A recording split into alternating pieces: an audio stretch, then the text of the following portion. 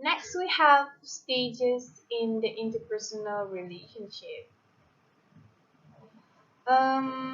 Well, the communication affects the growth of relationships, and the growth of relationship affects the communicative behavior.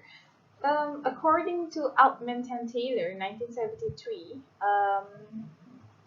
through the social penetration theory, the interpersonal changes move from superficial, non-intimate information transfer to more intimate information exchanges through the process of revealing the personal information. You know what? When we become intimate with someone, your best friend, your siblings, we share lots of things, and that process grow through time. So as time passes by, we can either become more intimate with our partner or the other person, or we might distance ourselves from that. Okay, so that is why it says that communication will affect the growth of the relationship. You're having a good communication, you'll have a good relationship, but you have a bad communication, you will have a bad relationship. So it's also the growth of the relationship will affect the communicative behavior, because if the relationship become intimate, then the communication will become better. So you guys do understand that this communication and the relationship is actually, it's like a symbiosis process. They need each other to be good. Okay. Okay, so the stages are, first is relational development, and then we have relational deterioration, and then we have relational maintenance. So why does the relational deterioration happens to be in the second one? Because sometimes after you have developed the relationship, it might um, fall. So that is why deterioration is put on a second stage. Okay.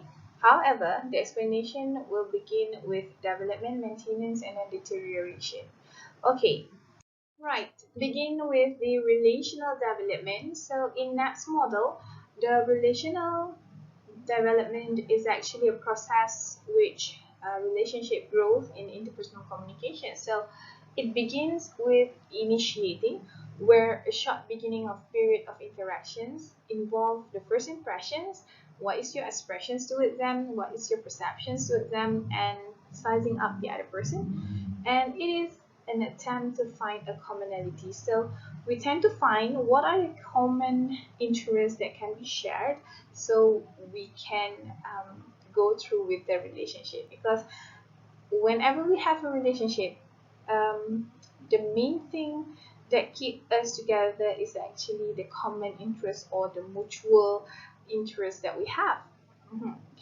And then we have experimenting. We get to more getting more serious, so we try to get more information about each other. So in this level or in this stage, we have already tried to get more serious. We want to know what is the favorite color, what is the favorite food, what are the things that they dislike, or what are the things that they love the most. So we try to experiment that relationship.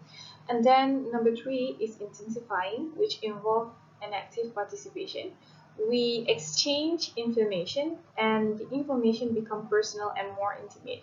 We tend to know about their parents, about their siblings, about their hobby, and then what are the things that the personal things that they love to do, what it is their um, favorite place to go whenever they have problems. So the information becomes very detailed and very personal. Okay, and then we have integrating. Integrating means that we start to mirroring on each other's behavior in manner, dress, and then languages. We merge our social circles. We start to share our friends with him or her. For example, like if you are very close to your siblings, okay, and then you trust them. So you will introduce your friends to your siblings, your parents. So this is where integrating happens. Okay, and then lastly, it's bonding where the people in the relationship commit to each other, even siblings or friends, parents, or even your love partners. So this is where you try to commit very well to the relationship. Commit means that you are able to give efforts to that relationship to keep the relationship good, um, by keeping yourself engaged with the relationship. Okay,